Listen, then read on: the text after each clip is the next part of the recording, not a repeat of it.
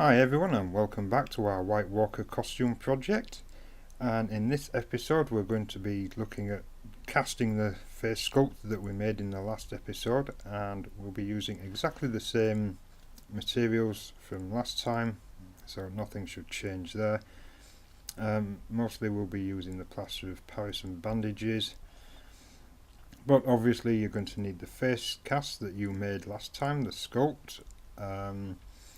You're going to need some more sculpting clay and your tools again, and then we're going to cast it in plaster of Paris or casting powder depending on what you can get hold of, and we will leave links to those on Amazon in the description if you need to buy anything quickly. That's all good. Or you can get them from your local craft stores, obviously, if you don't have them already, and they're relatively cheap, especially online. Okay, so let's get into it, and the first thing we're going to need to do is open up a pack of clay so that we can start making a boundary around our mould. And I'm just going to be using this Scholar Clay terracotta that I got from my local craft store. It's an air drying clay. It's exactly the same stuff that I was using to sculpt the model that we did last time.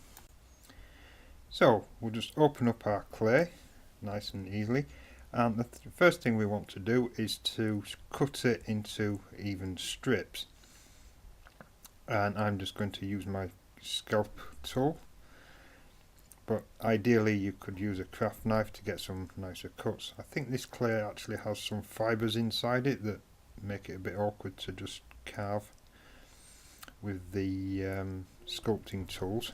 It just makes a bit of a mess. But that's not a big deal, we can work through that. And we will just need maybe 4 or 5 strips. It could have been a little bit thicker, I think, but it worked in the end, so let's not worry about it too much. Just so long as we have enough strips to go around our entire sculpt. Now I'm back with our sculpt. I'm just going to start by cleaning off any debris. And then I'm going to bring in the first of my strips and just lay it around at the forehead, and I'm just going to press it gently but firmly against the plaster head mould and angle it so that it will stop any drips flowing over. And then I'm going to connect the strip around the side and press that in.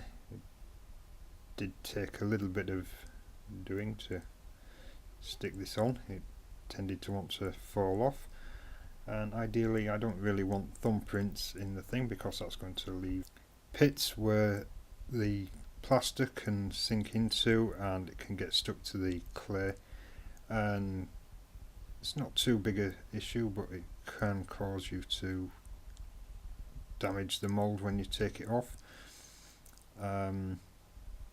But the trouble with this is it's my strips are a little bit too thin. Ideally you want an inch thickness at least for your strips, but I did cut them a little bit thin. And be careful when pressing into your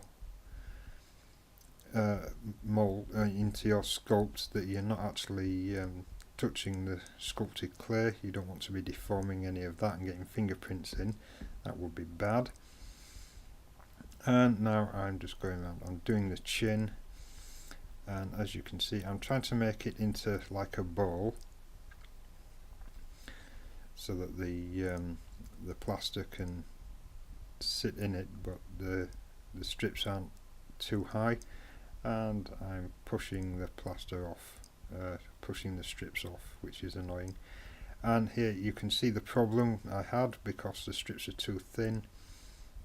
The strip itself is falling down away from the direction I want, so in the end I had to improvise and prop up everything with little bits that I had lying around. You can see I'm trying to hold it on with my fingers while I press it in with my sculpting tool, and I'm just trying to make it stick to the plaster of the face sculpt without interfering with any of the sculpted detail on the mask mould itself. So now I'm just going round and I'm sealing, at least I thought I was sealing, the edges of the mould so none of the mix can run through. I'm just going to do that. As you can see where I am now, there's a gap in the clay which I will come to. I will fix that momentarily, and we'll just go around and keep doing that until we've got a good seal and a good bowl shape that we can hold our plaster.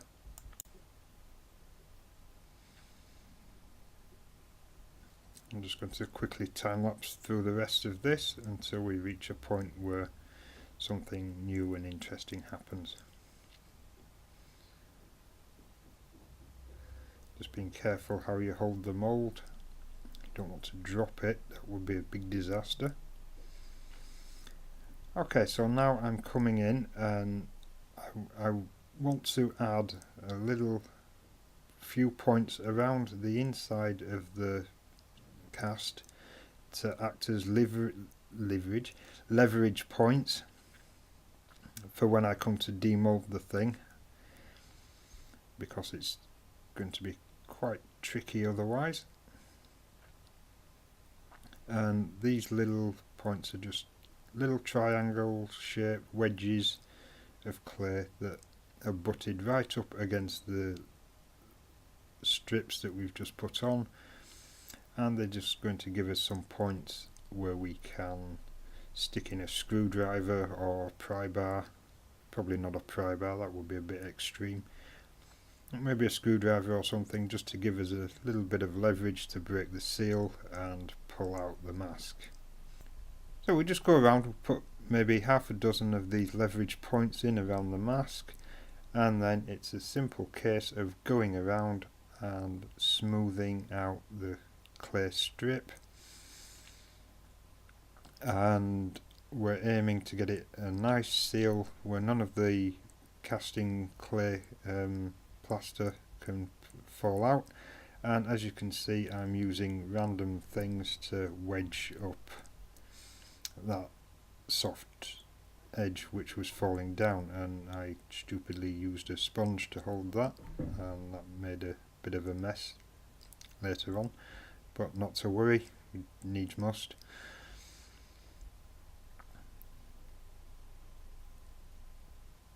Okay, just making sure everything's okay. Now we get on with the plastering. So for the plastering, I'm using plaster of Paris, and this little bag, it's just a leftover bag. I've got some more for later, but initially I wanted to build in 2 layers. The first layer I'm going to make quite runny, and I did make a big mistake in this build by making it too runny. It was far too watery, but the first layer is quite wet because we want it to flow into all the gaps of the sculpt and not build up and leave air gaps and bubbles on the surface. So that was my plan, and I'm simply mixing it up. I'm trying to hold the camera at the same time, and I'm mixing a thin cream of plaster, and you have to stir it quite vigorously for a bit just to make sure all the lumps have gone out and it's all nice and smooth. I should have added more plaster. This looks okay to me from where I'm sat, but in experience it wasn't. It was too runny.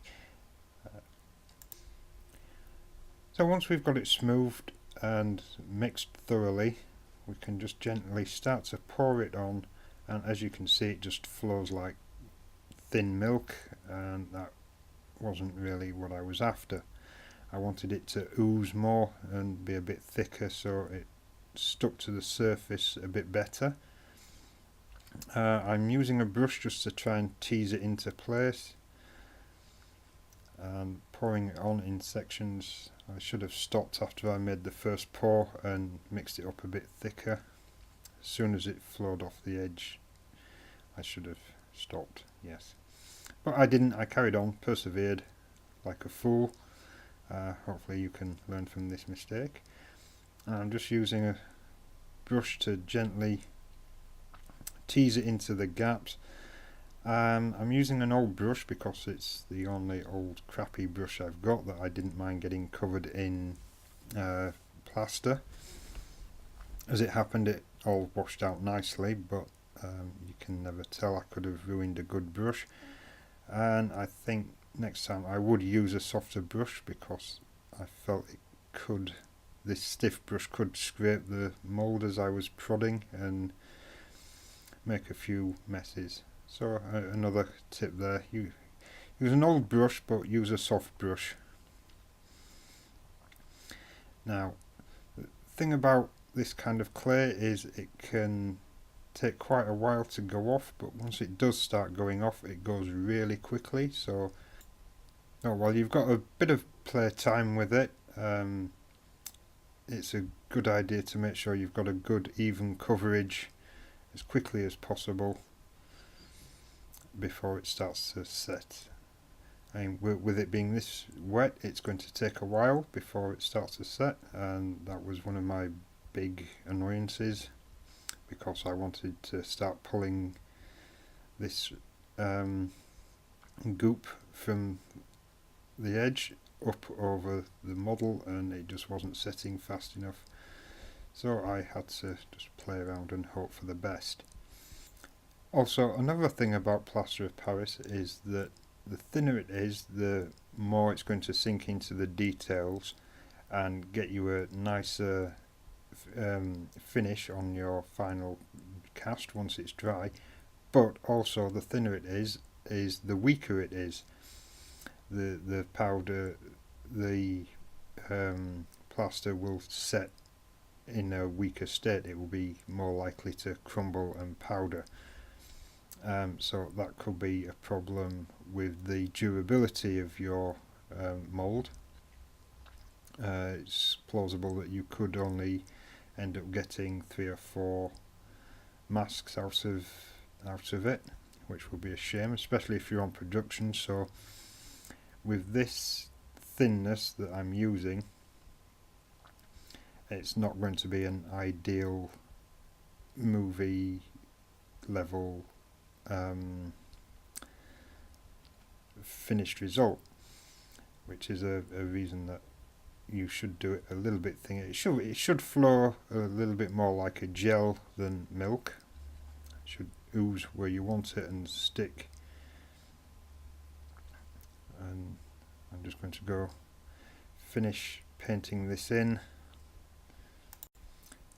I did actually end up trying to add a bit more powder to the mix to make it a little bit thicker, but by then it was too little too late. I mean, it wasn't too bad, but yeah, start right and finish right. That's the way forward. I mean, experience will tell you this. You're going to make mistakes. It's inevitable when you're first doing these things, so just bear that in mind and don't be dissuaded. There's always things to learn from. I'm still trying to ooze it on. I'm a little bit dissatisfied because it's not setting as quickly as I want. So now I'm just about to do that mixing.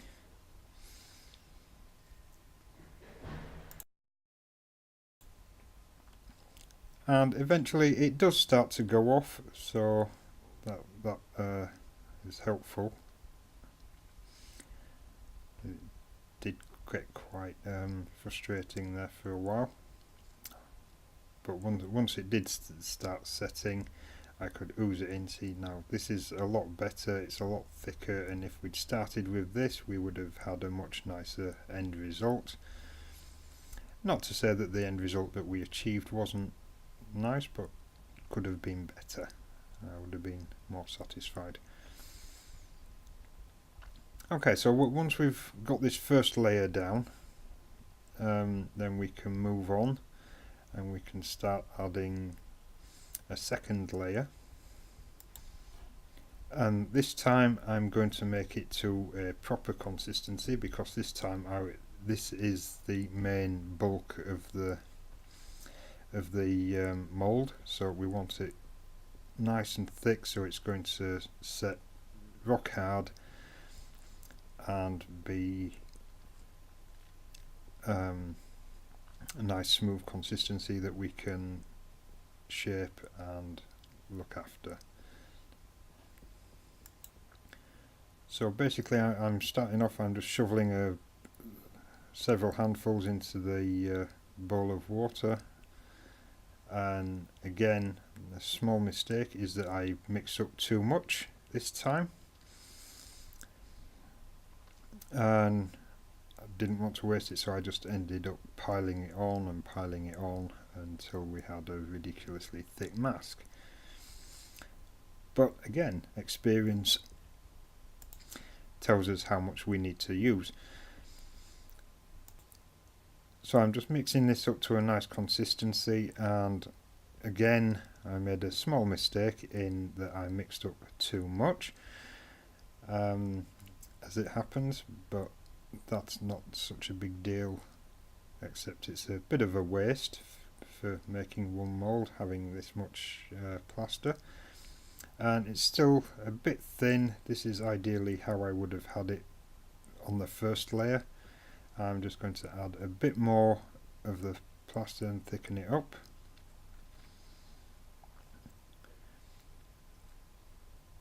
Just get that mixed in. It is a bit of work. It does get everywhere, so make sure that your workspace is not somewhere that your parents, if you're still living with your parents, are going to be complaining.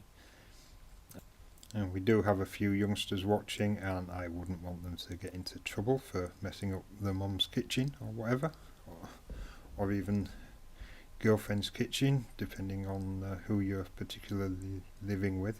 I'm rambling now, shut up. Okay, so I'm mixing and mixing and mixing. I'm getting it nice and thick for this layer, and before I start putting it on, I want to support the main bulk of the first layer, and I'm going to do that with some plaster bandages. So I'm just going to take some fresh water and some plaster bandage strips, and I'm going to dip them in the water, let them soak, and then just start putting them over the model. And these bandages are just to act as reinforcement between the layers, and also to help stop the first layer from cracking, and it just helps the model to have this support. And these plaster bandages, they're really cheap. You can get them from craft shops and online. They're about, it works out for £1 a roll, and you can online you can usually buy them for 3 rolls for £3.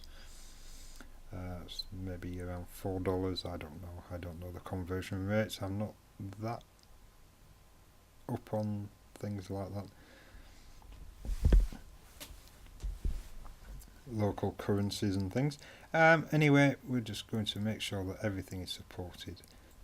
Now, your plaster bandage is exactly what it says it is. It's a bandage infused with mod rock or plaster of Paris, which is basically the same thing. And you soak it in water, and that activates the plaster, and when you wipe off the moisture, it fills the bandage with a layer of plaster, and then it just sets really hard. And it's basically how we made the face cast in the first place. We just bandaged our face up with this stuff, added a bit of plaster over the top to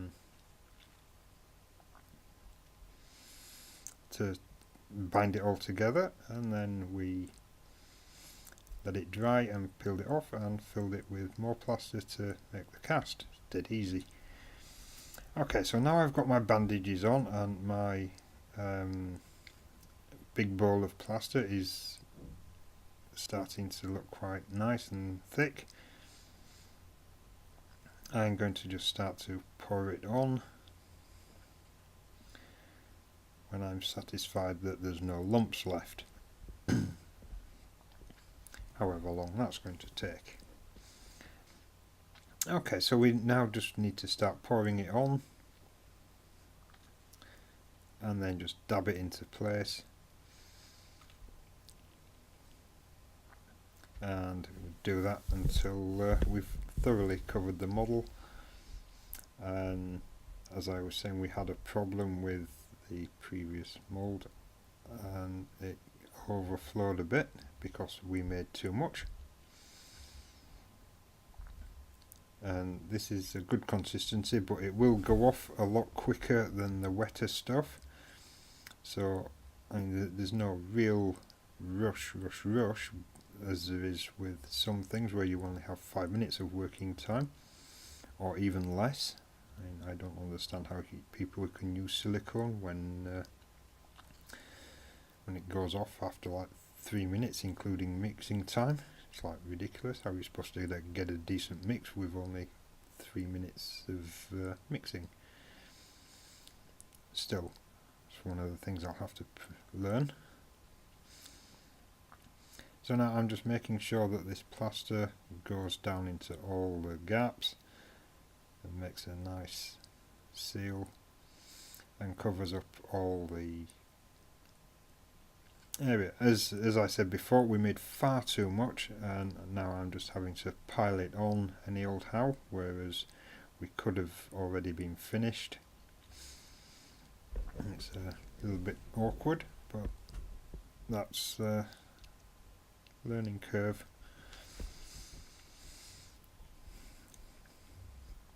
So I'm just going to let that run through to the end for the next minute or two.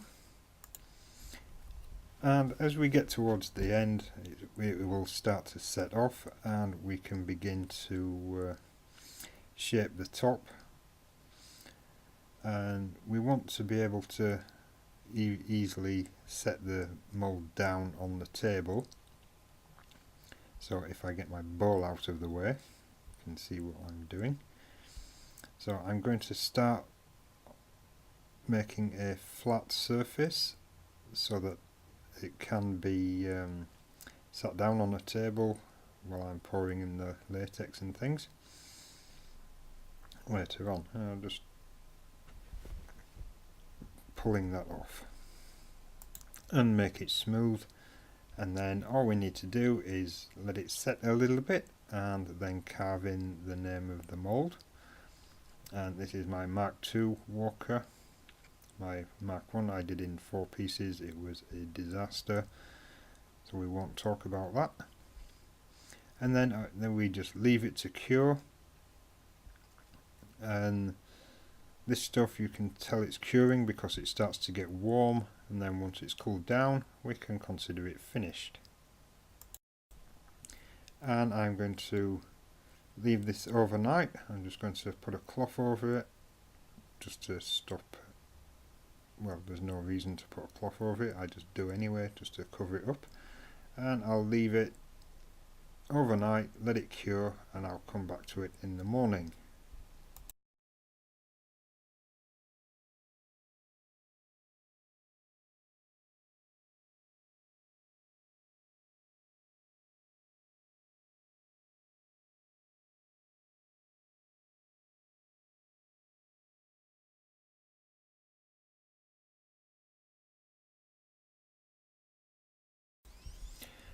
So it's the next day and we're coming in. I've turned the mould over and I'm just starting to lever out the I was going to say leather, the clay strips that we put in, and start to separate these two sculpts. I'm just going in with a flat knife, and if you peel it off carefully you should be able to salvage most of this clay that we can use again for other projects. And there's sometimes you've got some horrible clay plaster lumps stuck into it, so you might have to pick and choose, discard some bits and keep others. But basically just beginning the process, easing out the clay. Just just work your way around, obviously, and try not to snap any of the mould. It should be sturdy enough once it's set. If your clay is crumbly and you've done it wrong, you might have to start right from the beginning. You don't want to be doing any of that. We just take our time getting it off, and you can see where, because of this overspill, we're going to have to dig out a little bit, which was frustrating because I didn't know how the mould would react if I just snapped those pieces off. I didn't know if it would break. And now I'm digging out those leverage points, just digging the clay out from there, and we're going to need those a little bit later on. Okay, I'm going to start the time lapse. Now, another mistake I made, apparently you're supposed to put some kind of mould remover, some lubricant of some sort, but I didn't bother with that because, well, I didn't have any. And I tried to use oil, in cooking oil, in a previous video that was suggested in a YouTube tutorial, and it was just a messy, horrible mess. So now what I'm doing is I'm just jamming a screwdriver into those leverage points, and I'm trying to force it to peel away from the inner clay. And obviously I'm working my way around because I need to be careful, because if I just jam the screwdriver in and just rag about with it, I could damage both the mould and the face cast, and I don't want to damage either of them, at least not significantly. So I'm just gently teasing, and I've switched to a pair of scissors because it was a much sturdier metal than the screwdriver, and I figured it would give me a better leverage. And I'm going into the gaps around the edges as well, just where the clay meets the two plaster moulds, and I'm using that as a leverage point, and eventually it pops off. It did take quite a while to get through though,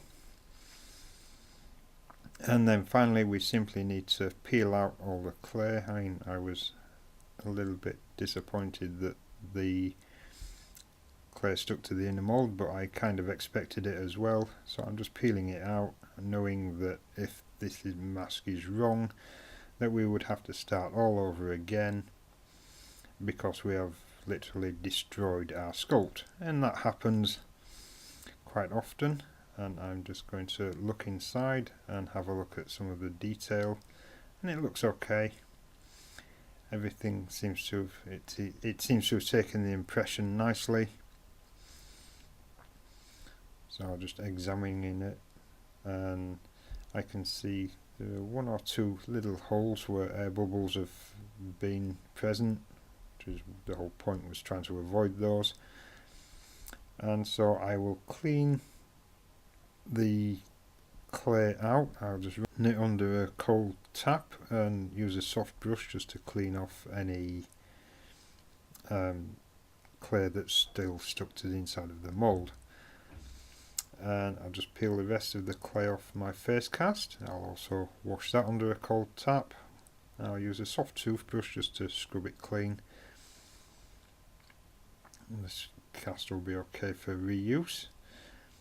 The clay I'm just peeling off, I'm going to keep that, put it back in the bag and keep it safe. And that should do it for now. After I've cleaned it up, I'll come back and we'll look at just fixing up the final bits.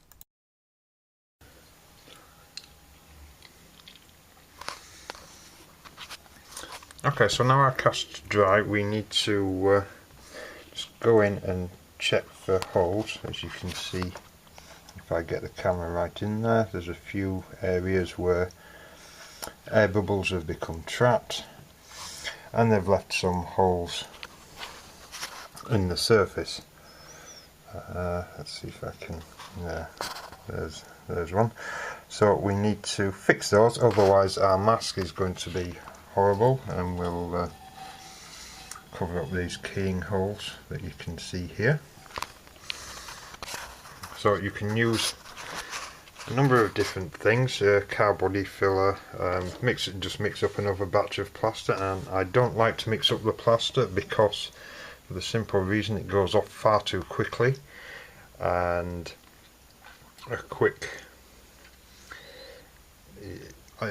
we don't want to be rushing this bit because it could end up all going really bad. So what I'm going to use is just a brush. I'm going to be using my scalpels to get into the gaps quietly, and the stuff I'm going to use is some low-cost ceramic wall tile adhesive and grout, which is basically, if I open that up, it's just a paste for sticking tiles on your bathroom wall and for sealing them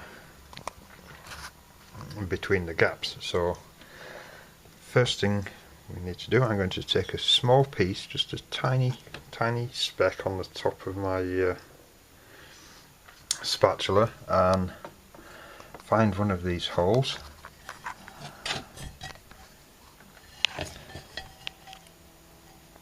This one in the eyebrow here. I'm just going to gently fill the hole, patch it up, take another little dab, just fill it in. As you can see, there's too much there.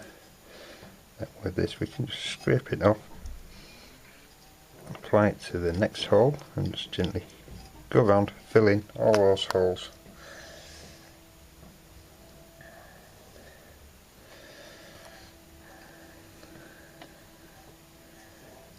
Like so.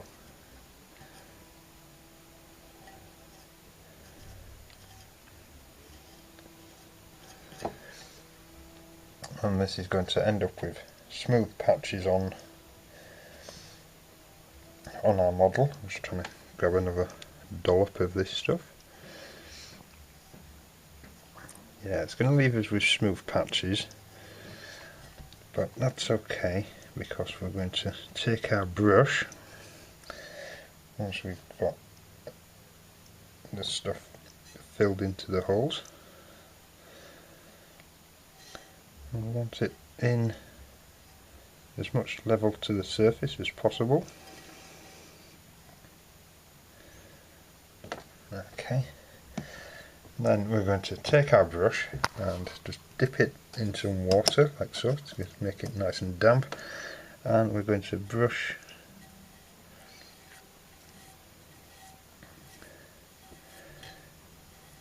into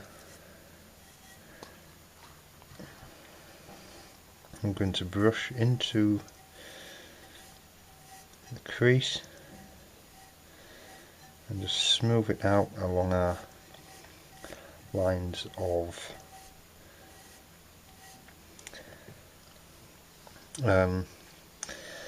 the flow of our, brush it into, follow the smooth lines of our model, and the brush marks will add to the creases that we were expecting,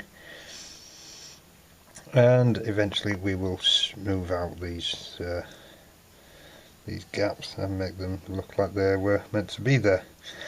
Alright, so I'm going to go through and follow that procedure as much as I can on all the other holes. I've got a big gap there that goes right underneath. It's actually quite horrible. There's a lot of little air holes. I don't know if you can see that. Can we focus? Yeah, it looks like it's been eaten by mice.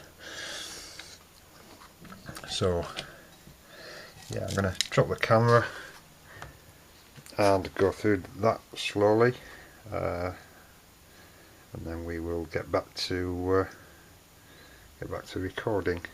Okay, see you after I've done this. Okay, so that's been about 20 minutes work.